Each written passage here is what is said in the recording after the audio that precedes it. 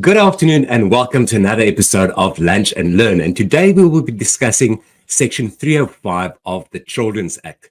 What does it entail? When can you bring such an application? When can you file such a complaint at the police station and so forth? So without further ado, let's just run through the overview of what we will be discussing today. First of all, like I said, we will be discussing Section 305, 3 and 4 of the Children's Act. As well as making reference to Section 110 of the Children's Act, discussion of the arguments that non-payment of maintenance could actually amount to abuse and neglect in terms of the Children's Act. Erin will take us through a step-by-step guide on how to complete an affidavit that you could file at the SAPS, as well as indicating what steps the FCS division of SAPS will do and how they will get involved and what the outcomes thereof might be, as well as giving you some practical advice on how to use your rights in terms of the Children's Act when it comes to child maintenance. Just a couple of logistics. If you have registered for this webinar, you would have received a link bringing you to this webpage. You can also live stream and get access to the recording on our social media platforms. We stream to a couple of sites, as well as LinkedIn profile, Facebook groups, and so forth. Very important when you registered that you would also, upon receiving the link, you would have access to some pre-reading material if there's any for this webinar, as well as the course handout, as well as the slides that we will be using and utilizing during today's session. Very important as well is the resource and templates folder, or the tab right at the top, where you could have access to all the downloads, all the case law that we will be discussing, as well as some of the templates that we would use, specifically the copy of the affidavit that you could download from that section. But without further ado, I'm going to hand over to Erin that will take us through this presentation, and I'll be joining them and Erin afterwards for a discussion when Advocate Dion Reuters, will be joining me with a short discussion on the Section 305. Over to you, Erin.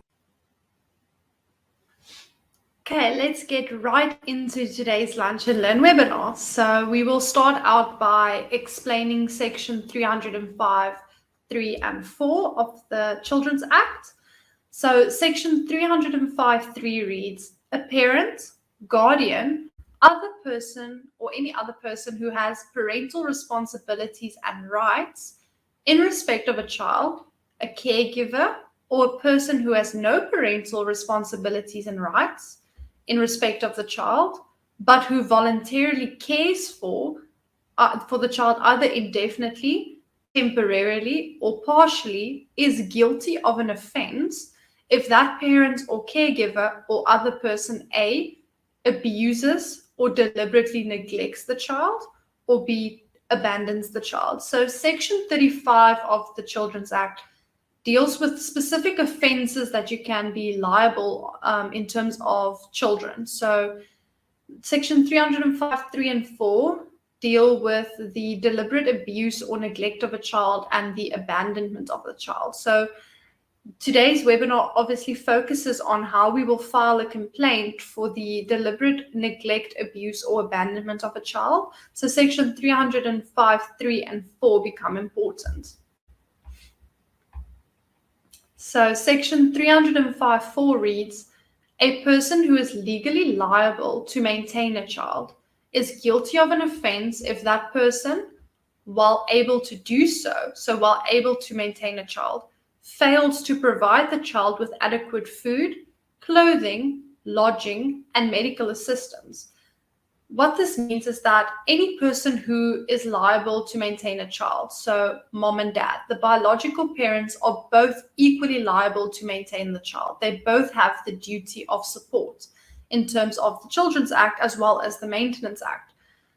If that person, while able to maintain the child, meaning they have the financial ability to take care of the child, while being able to do that, they fail to do so. They fail to provide lodging, which means a house, a roof over the child's head, medical assistance, clothing, and food, that person will be guilty of an offense. So this is the deliberate withholding of maintenance payments. This is where it ties in with this. If there's an original or an existing maintenance court order against the respondent, for example, dad has this maintenance order against mom to provide maintenance payments, and now mom deliberately withholds maintenance, she is in effect, she's contravening section 305(4) of the Children's Act, because she is deliberately withholding these payments and not providing the child with food, clothing, lodging, and medical assistance. So this ties in with the deliberate withholding of maintenance payments. Then we will deal with section 110 of the Children's Act. This is a very long provision. I have included it in the webinar handout. You can go and read through that on your own time. I will not read through that because it is quite a long provision. I will just give you the gist of the provision. So in our law, we have a mandatory reporting of child abuse. So what this means is that if you know that a child is being abused, you have a duty to report this abuse, but we will get into that in just a second. So firstly, we know that section 28 of the Constitution specifically deals with the rights of children. So section 28(1) sets out all the rights that children are entitled to in terms of the Constitution, in conjunction with all the other rights of the Constitution that they are entitled to as citizens. And then section 28(1)(d) specifically reads that every child has the right to be protected from maltreatment, neglect, abuse, and or degradation. So this just means that a child must be cared for. We know that section 18 also of the Children's Act states that the parental responsibilities and rights that a parent has in terms of their child is to care for the child. Care is extensively defined in the Children's Act as well, to include protecting your child from abuse, maltreatment, degradation, and also financial abuse.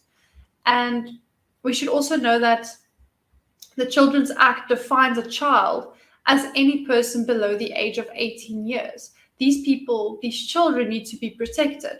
And as a guardian, or either as a natural, a legal guardian, or as the parents of the child, you have this duty to protect your child from abuse, neglect, degradation. We have the sense of caring for our children. So this is very important. Section 110 deals with the mandatory reporting of abuse. So we know that our Constitution protects the rights of children. Section 28 specifically deals with this. So we know that children do sometimes, they experience a full spectrum of abuse, which includes verbal, physical, emotional, and sexual abuse. Section 110 specifically deals with the protection of children and resonates with the UN Convention and the AU Charter on the Protection of Children's Rights. Children are vulnerable people of society. Therefore, we need to have these measures in place to ensure that they are cared for and that they are protected. If a child is in the care of someone who is deliberately abusing them or neglecting them or abandoning them in some other way, we need these measures to ensure that there are people that can remove them from that household, and that can ensure that they are placed in alternative care where they will be protected from this abuse and that they will actually be properly cared for. So we have section 110 of the Children's Act, amongst various other forms of legislation which protects children specifically, given that they are vulnerable members of society. So section 110 of the Children's Act specifically places a duty or an obligation on professional sectors, so professional people, to report any suspected cases of child abuse, child neglect, child abandonment, maltreatment as soon as the suspicion is formed, but they must have a reasonable ground on which the suspicion is formed. So if some professional person, a professional official, we will get into specifically who these professional sectors include. If they on reasonable grounds suspect that a child is being abused, neglected, or abandoned, they have a duty in terms of section 110 of the Children's Act to report that as soon as that suspicion is formed.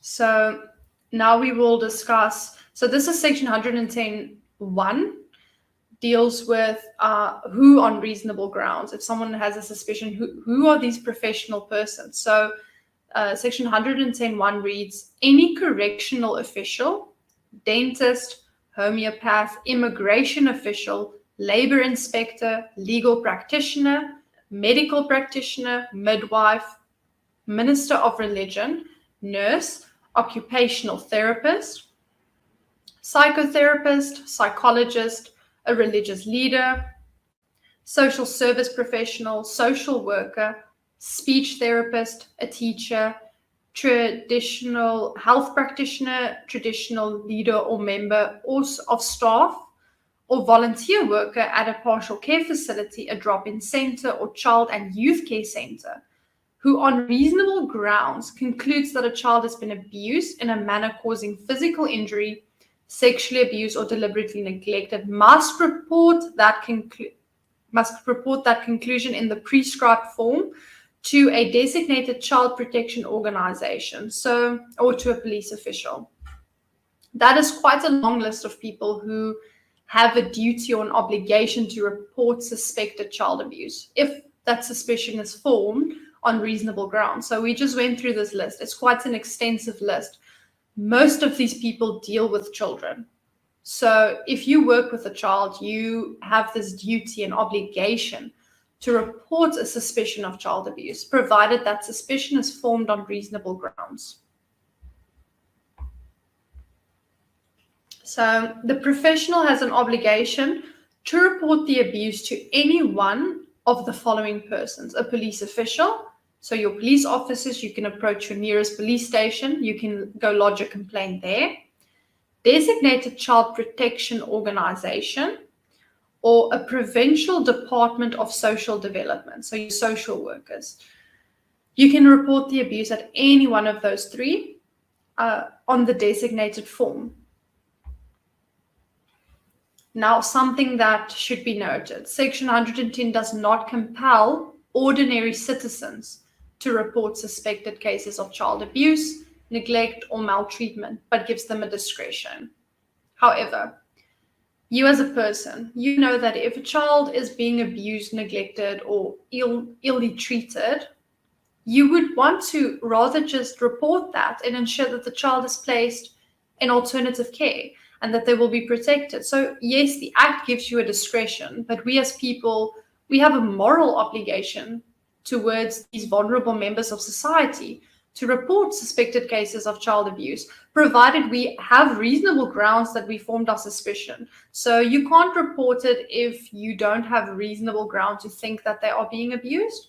But if you reasonably believe that a child is being abused or neglected, you have a moral obligation. You might not have a legal obligation as provided in Section 110.1, but you have a moral obligation to protect these vulnerable members of society.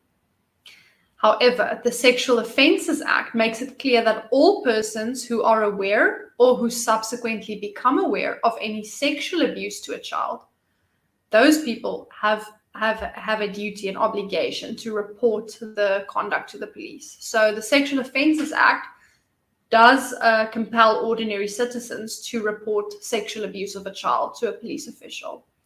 But the Children's Act, Section 110, does give you a discretion. But as I've said, we have a moral obligation to protect the vulnerable members of society. So Form 22. So this is the form that you will fill in. You can find this on the government website as well. So this is the Form 22. This is the one you complete when you report a suspected case of child abuse, child neglect, or child maltreatment. You will complete this form and submit it to those officials, either police official or designated child protection services organization, or a provincial department of social development. So this is the formal way to report child abuse in any form. So we know emotional, sexual, physical abuse, financial abuse, you can report on the Form 22. Form 22 is then accompanied by an affidavit which outlines the reasonable grounds of suspicion of the child abuse, neglect, or maltreatment. You will complete the affidavit just to affirm the reasonable grounds of suspicion. You will be truthful in your affidavit, as your affidavit is signed and attested to by a commissioner of oaths. So you take the oath or affirmation that you are in fact telling the entire truth to the best of your knowledge, unless the context indicates the contrary. So if any professional person, as we set out, suspect that a child is being abused or neglected on reasonable grounds, it is not optional, but it is ordered that that person must report it. We have now discussed this already, like those professional persons, which are specifically named in Section 110(1) of the Children's Act. Those people must report it on the Form 22, accompanied by their affidavit, setting out their reasonable grounds of suspicion.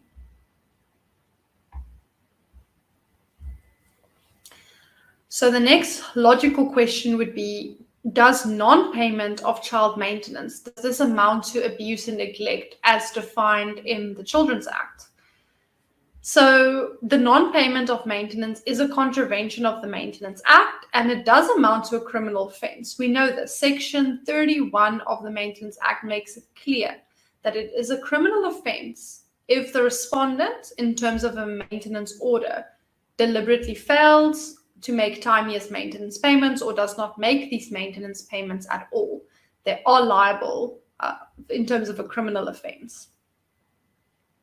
But it can also be argued that this constitutes a form of abuse, maybe domestic violence. So with the recent amendments to the Domestic Violence Act, we have financial abuse. And so it can be argued that financial abuse as a form of domestic violence can take many different forms. So we know the typical form of financial abuse is one spouse stealing from the estate of the other spouse or controlling the spouse's finances. So withholding child maintenance is both a crime of omission in neglecting the needs of the child and failing to provide for them, failing to provide clothes, food, lodging, medical assistance, and then also a crime of commission. So you are financially abusing the parent who has primary care and contact of the child. So the child lives primarily with the one parent who has applied in terms of the Maintenance Act for child maintenance payments. There is a court order, but now the respondent fails to make these payments in terms of the court order. They are withholding the payments. In effect, they are controlling the other parent's finances, and then also they are deliberately neglecting the needs of their child by withholding these payments. And so it can be argued that it is a form of domestic violence in the form of financial abuse. So we will now discuss the affidavit that you will file together with the Form 22. So we will go over that affidavit. I will quickly go through the steps, and then I will share my screen of an example affidavit that I drafted that can be used as reference when you draft an affidavit to file together with your Form 22. So step 1 would be to approach your nearest police station. So you can either approach the police station. They have a pre-format affidavit that you could use, and then also a police official also can sign as a commissioner of oaths. So 2 birds, 1 stone.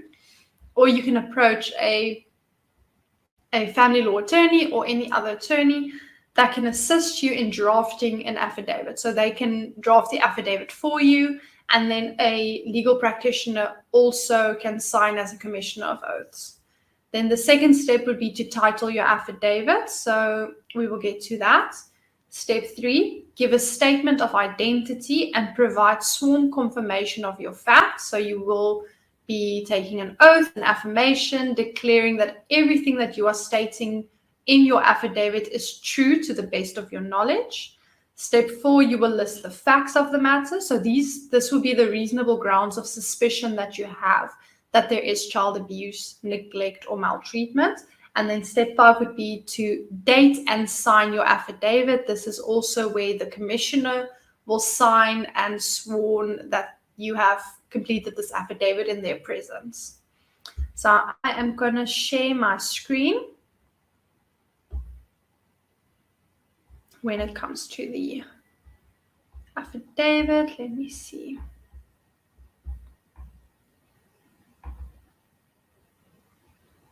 There we go. So maybe I should make this full screen for you guys. That's better. Okay, so up here we have our jurisdiction. So this is in the Magistrates Court for the District of Cape Town, Sub-District Strand, held at Strand. So this is in the Western Cape for the jurisdiction of Strand Maintenance Court. This will also, if you approach an attorney, they would know which jurisdiction to put in. It is usually also would be the maintenance court where you filed your, in the case where you are someone that has filed a maintenance court order. But if you are just one of the officials, this can just be the magistrate's court in the area where the child lives, where the abuse is being committed. So case number will go there. In the criminal matter between, for example, now Sarah Jones, she's the complainant. This is the person who is now suspecting the child abuse, and John Jones is our suspect, the accused. That, because we know now in terms of section 305, it is an offense. So it's a criminal offense to abuse or neglect a child. We also know this. Section 110 has the people that have a duty and obligation to report. So Sarah Jones is, for example, a psychologist who subsequently became aware that one of her clients, who is a minor child, is being abused at home. So she has reasonable grounds to suspect this abuse because the child has spoken to her about multiple incidents of abuse. And then John Jones is the suspect. This is the person we are suspecting is abusing the child. That's your jurisdiction. And then we have our title. So this is our founding affidavit in terms of section 305(3) and 4 of the Children's Act, 38 of 2005 as amended. That's our title. Now we will give a statement of identity. So I, the undersigned, Sarah Jones, do hereby state under oath. So we are stating under oath. What does this mean again? We reiterate oath, affirmation. We know that if you say something under oath or you affirm it, you are saying that you are telling the truth and only the truth. Because if you give false information, you can be imposed for the penalties for perjury. This was discussed in a previous webinar, which does deal with offenses also in terms of the Maintenance Act.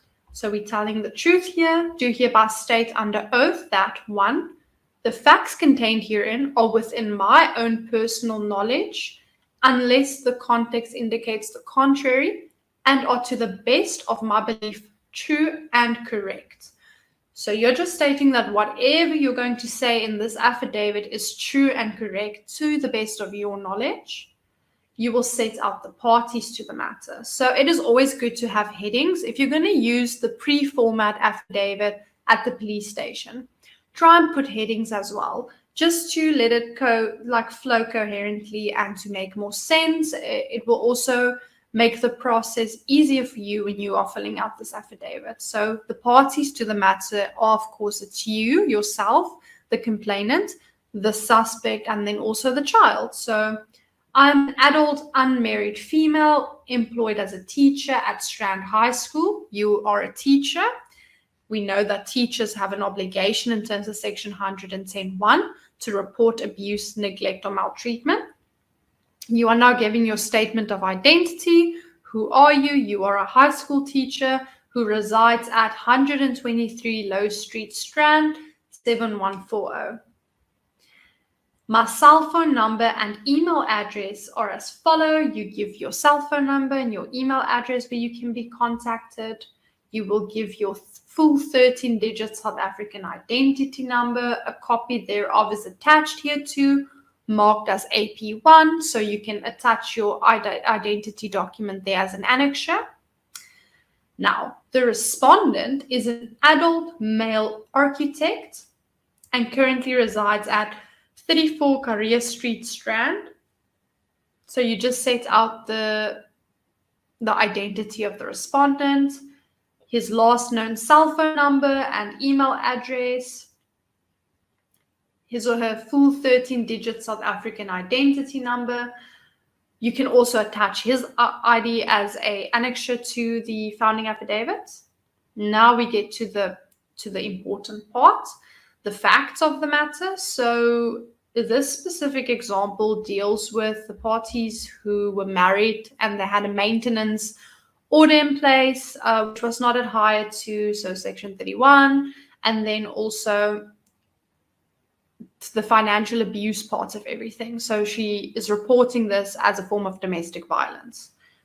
But as I've said, there are various forms of abuse that can be reported. So this one is the reasonable grounds for abuse, financial abuse specifically. So the facts of the matter: I was never married to the respondent. From the relationship, one child was born.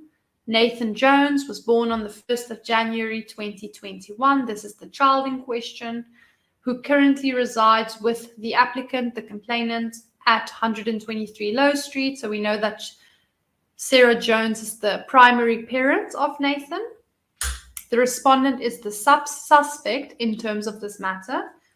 The respondent paid monthly maintenance installments for the first few months of 2022. Something that you can actually add here is the original maintenance order. So you can say the original maintenance order was granted on this and this date of 2023. Payments were supposed to be made on this date on this date of each month. And then you can just attach that original maintenance order as an annexure as well. So the court can have a look at that, just as something extra that you can put.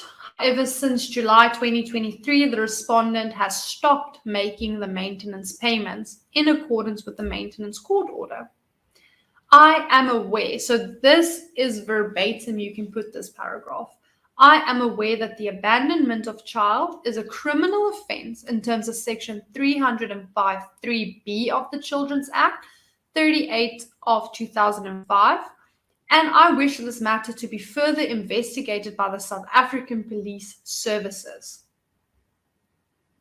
I was also advised that where a parent does not provide adequate food, clothing, lodging, and medical assistance, it amounts to a criminal offense in terms of Section 305(3)(b) and 305(4). Actually, we need to put there 305(4), just you can change that. And I wish this matter to be further investigated by the South African Police Service. So now this is where the theory of it all comes in, as we've discussed now, Section 305(3) and 4. You put that verbatim there. It is a criminal offense in terms of the Children's Act. I have a duty in terms of Section 110 of the Children's Act to report any abuse committed against a child to the South African police, so either the police official, a designated child protection organization, or a provincial department of social development. Remember, you can also report to those people, and therefore report this matter for investigation. Abuse is defined in Section 1 of the Children's Act as abuse in relation to a child means any form of harm or ill treatment deliberately inflicted on a child, and includes A, assaulting a child or inflicting any form of deliberate injury to a child, B, sexually abusing a child or allowing a child to be sexually abused, C, bullying by another child, D, a labor practice that exploits a child, or E, exposing or subjecting a child to behavior that may harm the child either psychologically or emotionally. Then you will put your prayer. So this is what you wish the court to do. I wish that the South African Police Service FCS unit investigate the said matter of child abandonment in terms of section 305, 3 and 4 of the Children's Act.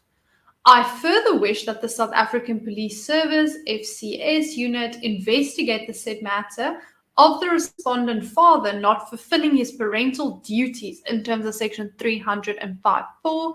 This is where the deliberate withholding of maintenance payments comes in. And then I request that the South African Police Service apply for a J50 warrant of arrest at the local magistrate's court. So this is what your founding affidavit in a nutshell. This is what it would look like. And this is accompanied by that Form 22 that you will complete and submit. So you will date it at Cape Town. Well, I can say dated at Cape Town, Strand on the 7th day of August, 2023, for example. Here we have the oath or affirmation that the Commissioner of Oath will ask you. I certify that before administering the oath or affirmation, I asked the deponent the following questions and wrote down his or her answers in his or her presence.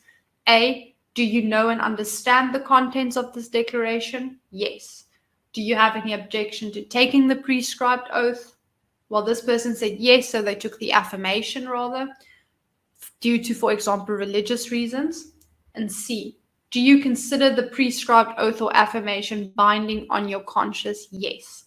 And so then the commissioner will sign and you will sign, and then this will be your affidavit in a nutshell. Now we go back to our slides. Hello, everyone. There we go. We are back. So you will file your affidavit together with your Form 22. Nice and easy.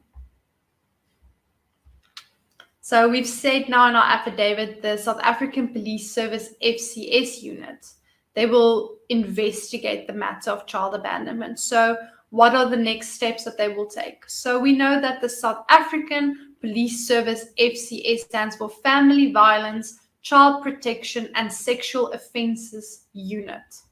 So this unit fights against sexual offences against children, person-directed crimes where the family is involved, illegal removal of children under the age of 12, and crime facilitated through the electronic media.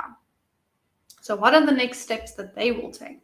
Well, they will investigate the matter. And the long of the short of it, they will investigate this suspicion of child abuse, neglect, or maltreatment, and they will report back.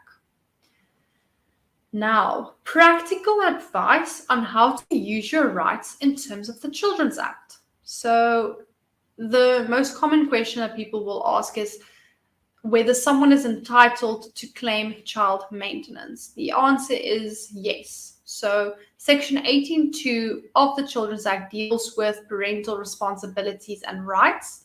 It reads, the parental responsibilities and rights that a person may have in respect of a child include the responsibility and the right, A, to care for the child, B, to maintain the child, to maintain contact with the child,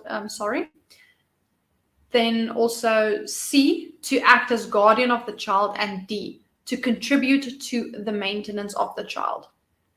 To care for the child and to contribute towards the maintenance of the child, these quite go hand in hand, provided that it is an offense in terms of Section 305.4, that if you are legally liable to maintain the child, you are able to maintain the child, but you fail to do so. So you fail to provide medical assistance, lodging, clothes, and food.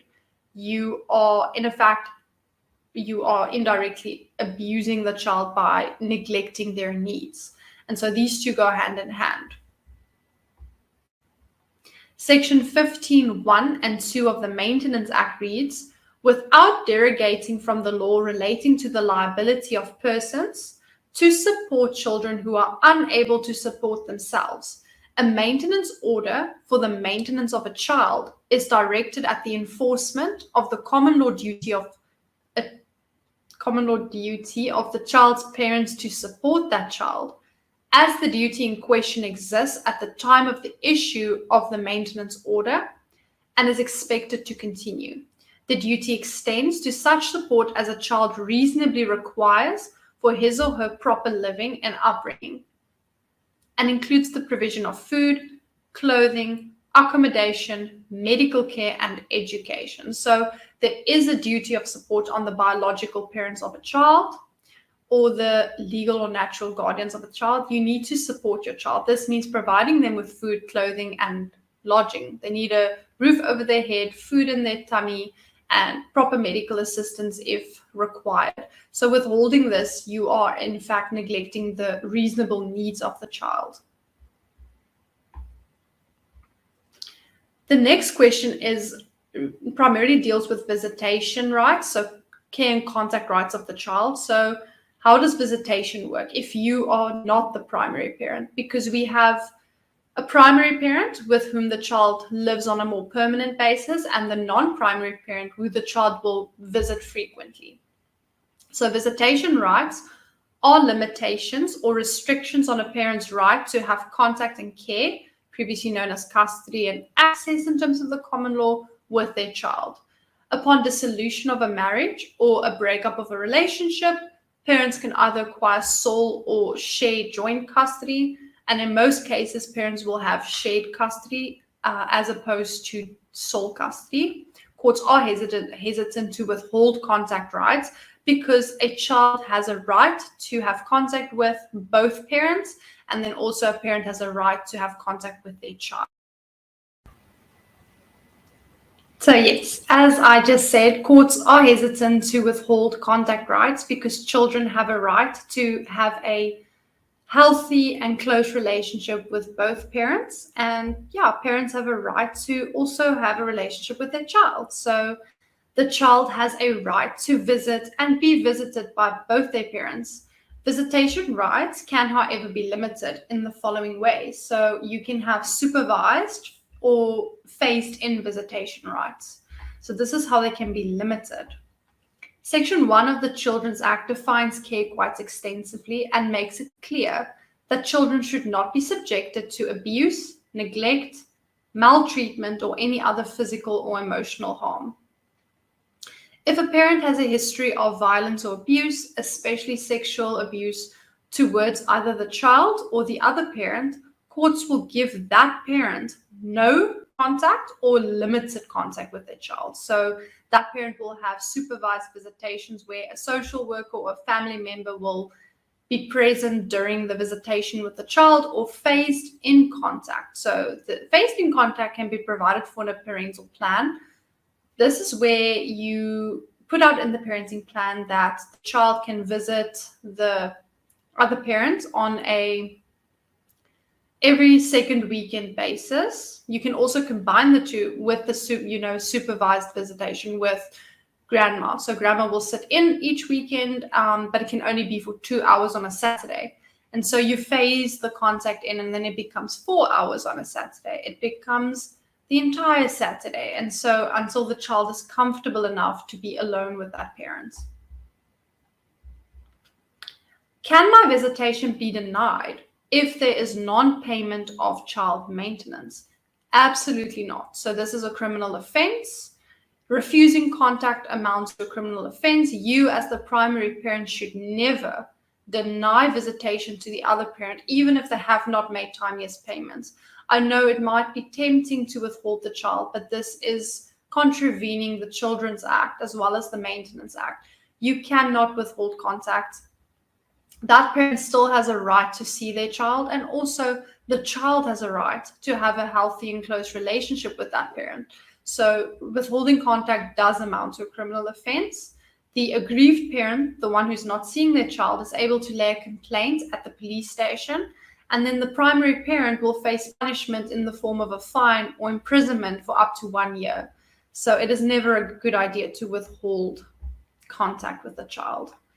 And that brings us to the end of today's Lunch and Learn webinar dealing with the complaints in terms of Section 305, specifically 3 and 4 of the Children's Act. Very informative. The Form 22, the filing affidavit, all of that. was very interesting and I enjoyed speaking about it today. And I look forward to the next one. Thank you, everyone, for joining us today. Thank you for that, Erin. Joining me now is Advocate Reiters.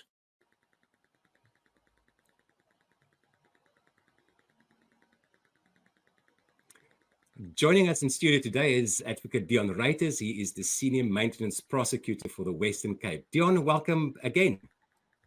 Welcome. Thank you, Eugene, and welcome to our listeners. Good afternoon.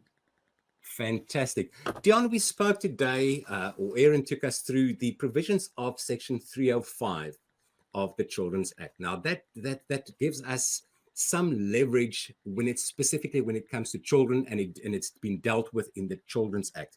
Your views on Section 305, when should it be used? What is the most effective way of implementing or asking that Section 305 could be used? When is it done? How is it done? Give us some feedback on that. Okay.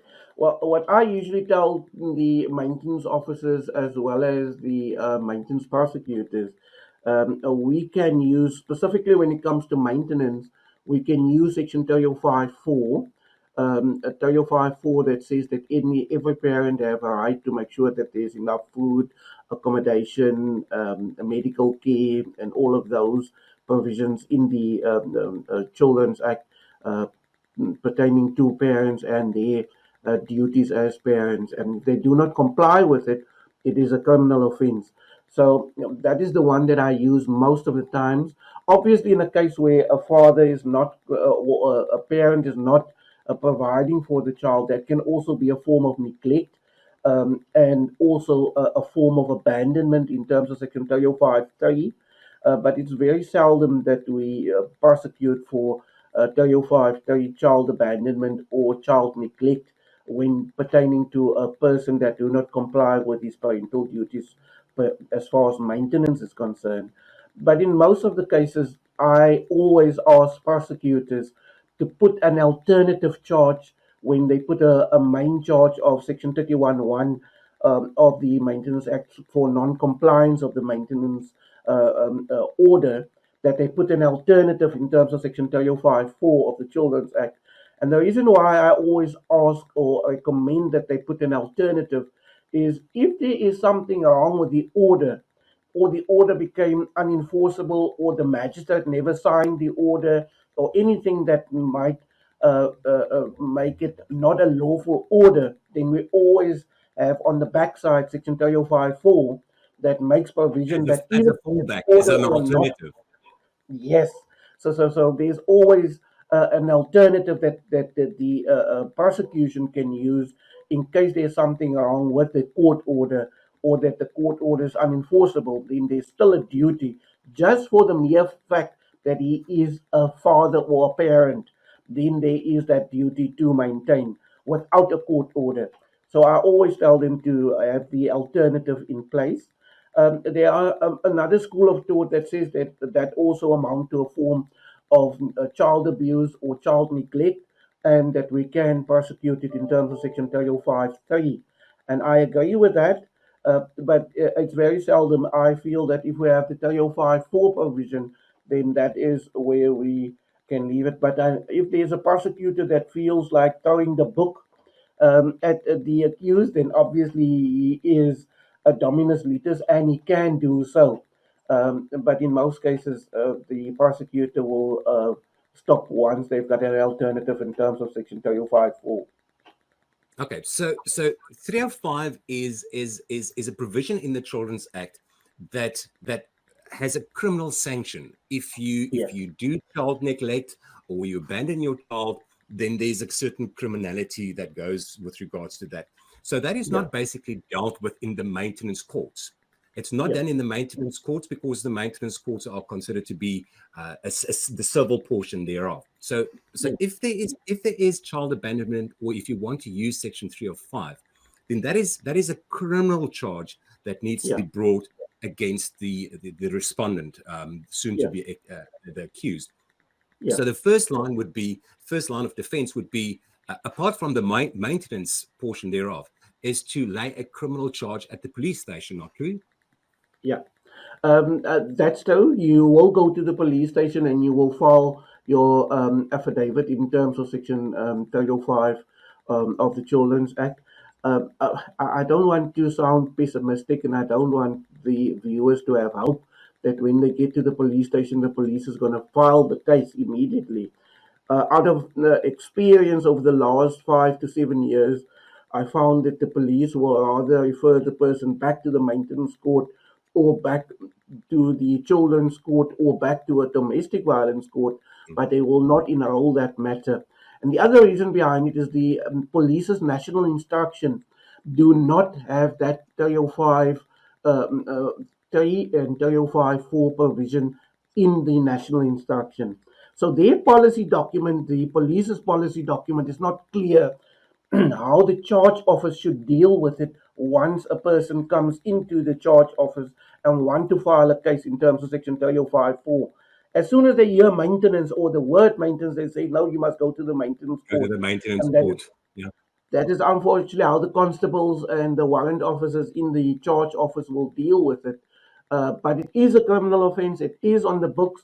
I always tell the ladies whenever I speak in the communities, find out who is the commissioner or who's the head of that police station, the station commander, and go and speak to him and report to him that they don't want to file the case.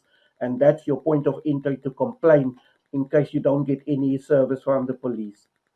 I had a couple of instances where the complainants go to the maintenance court with their 305 affidavit, and then they give that to the maintenance officer. Obviously, it's not the maintenance officer's duty to take that to the police or the prosecutor, because there needs to be a formal docket that needs to be opened by the police, and then only it would go to the prosecutor to decide, what is there a valid case? Is there enough evidence in order to prosecute? So there's actually no need of compiling all these documents, the 305, and then giving it to the maintenance officer, because the maintenance officer cannot do anything with that. Yeah.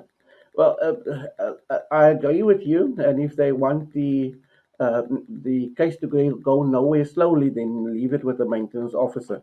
The best way for you to get some action is to make sure that you get to the police station and get that case enrolled. If the police don't want to enroll it, at times what I've told some community members is get to a prosecutor, speak to the prosecutor that will contact the station commander and then give them instruction to open a case docket in order for your case to be registered. Okay, Nick, last question. In your experience, how many successful prosecutions have there been on the Section 305? Not one that I know of, or especially, or let me put it, in the Western Cape, I don't know of any of the cases that have ever been a successful prosecution on 305(4). In most cases, we'll get a conviction on the main charge in terms of Section 31, but I haven't found in any of the cases that the courts employed the provision of Section 305(4). And the other reason why I see that the presiding officers will rather prosecute on the main charge is because 305(6) says that there is a 10-year imprisonment that can be imposed by the presiding officer, and there is also the Section 110 forms, child abuse forms, that can be completed in a case where a person has been found guilty of an offence against a child. So to veer away from it, I rather find him guilty on the main charge of Section 31 and then deal with it in that way instead of having to deal with the children's court issues and the penalty clause in 305(6) and the 110 child abuse register. So to veer away from all of it, I rather deal with 31, and you don't even have to deal with 31(4), the Form W blacklisting. So the easier way out is just conviction. If there's sufficient evidence, then that's what has been happening. But no conviction on 305(4), or where I found that accused have been found guilty on 305(4). On 305(3), child neglect, child abuse, a few years ago when I was a prosecutor, I've had cases where I got convictions on 305(3), child abuse specifically. Okay, but the whole section 305 offense and it is available for the public out there, and they might not be aware that it is available. And probably the more people that would go to the police station and file these type of charges, the more it will create awareness that, you know what, it can actually be done. It is on our law books. It is a criminal offense. And once you get to the police station, then they need to entertain that. They have to see to it. They have to at least open a docket, even if it goes nowhere. But they have, in terms of their standing orders, they have to open a docket if there is a criminal component to that. So the awareness thereof, it's I mean, that is the aim of all these Lunch and Learn webinars, so that we can create awareness, so that people know what are their rights and how it could be enforced. Yes. No, I wholeheartedly agree with you, Eugene. It's unfortunate that the police are not bringing their side as far as investigating the criminality. And I'm glad that you, with the Lunch and Learns, are trying to bring that awareness raising. And hopefully, our viewers out there will be able to ask the pertinent questions. Okay, if you don't want to open it, who's the station commander? I want to complain to the station commander that you don't want to open it. And if the station commander endorses that they don't open it, then you take it to your provincial division of the police. They also have a complaints division that deals with these type of cases. Correct. Thank you so much for that. Thank you so much, Dion. I really appreciate your input today. That was Advocate Dion Reuters. He is the Senior Maintenance Prosecutor for the Western Cape. Thank you so much for your valuable insight and the nice chat today. No, thank you to you, Eugene.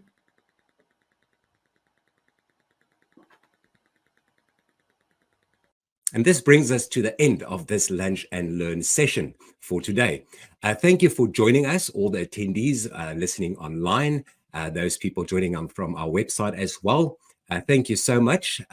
If you have any questions, feedback, or inquiries, you're most welcome to drop us an email at info@lunchandlearn.org.za, and we will attend to your query as soon as possible. My name is Eugene Opperman. I'm a family law practitioner, doing so for the past 23 years and specializing mostly in maintenance matters, as well as domestic violence matters and matters pertaining to the rights of children.